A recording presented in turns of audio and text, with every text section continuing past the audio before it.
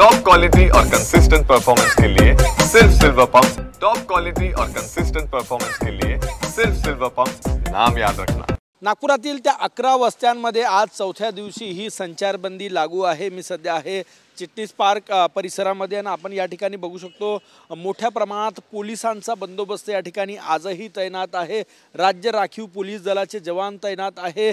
Barricading लावण्यात आलेली आहे। या संपूर्ण परिसरातल्या शाळा बंद आहेत, परिवहनाचे सगळे साधनं बंद आहेत, मार्केटही बंद आहे। आपण बघू शकतो चौथा दिवस आहे आज या संचारबंदीचा आणि जोपर्यंत शांतता निर्माण होणार नाही तोपर्यंत ही संचारबंदी कायम राहण्याची शक्यता आहे। स्थानिक नागरिकांना काय वाटतं, कारण की ज्या परिसरात ही दंगल घडली त्या परिसरातले दत्ता शिर्के आपल्या सोबत आहेत। दत्ता भाऊ, काय वाटतं, चौथा दिवस आहे आज जी घटना घडली ती दुर्दैवी आहे। अशा घटना घडायला नको। नागपुरात असं यापूर्वी काही जास्त घडलेलं नाही, पण या घटनेमुळे कसं आहे की लोकांच्या मनावर जो आघात झालेला आहे तो आघात मिटून निघणार नाही आणि दोन धर्मांमध्ये आणि दोन समाजामध्ये जे तेढ निर्माण झालेलं आहे ते दूर होणार नाही। तर ते दूर करण्यासाठी सगळ्यांनी प्रयत्न केले पाहिजे। शांतता कशी प्रस्थापित होईल ते केलं पाहिजे आणि ज्यांनी हे केलेलं आहे त्यांच्यावर कठोर कारवाई करून म्हणजे भविष्यात अशा घटना नागपुरात घडणार नाही याच्यासाठी प्रयत्न केला पाहिजे। संचारबंदी उठवावी की कायम राहावी याबाबत स्थानिकांना काय वाटतं?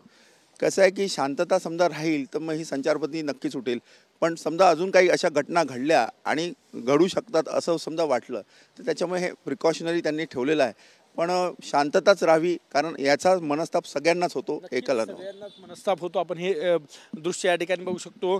या परिसरात येणाऱ्या प्रत्येक वस्त्या, प्रत्येक गल्ल्यांमध्ये, प्रत्येक रस्त्यावर अशा प्रकारचे बॅरिकेडिंग्स आहेत। शस्त्रधारी पोलीस तैनात आहेत।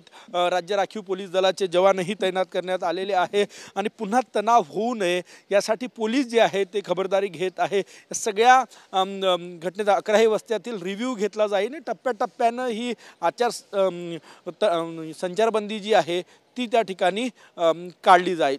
कॅमेरामॅन साईसह गजानन उमाटे, TV9 मराठी, नागपूर।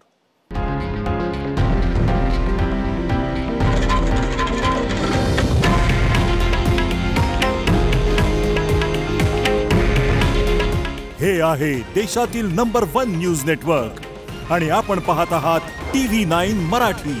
काळजी तुमची, हित महाराष्ट्राचं।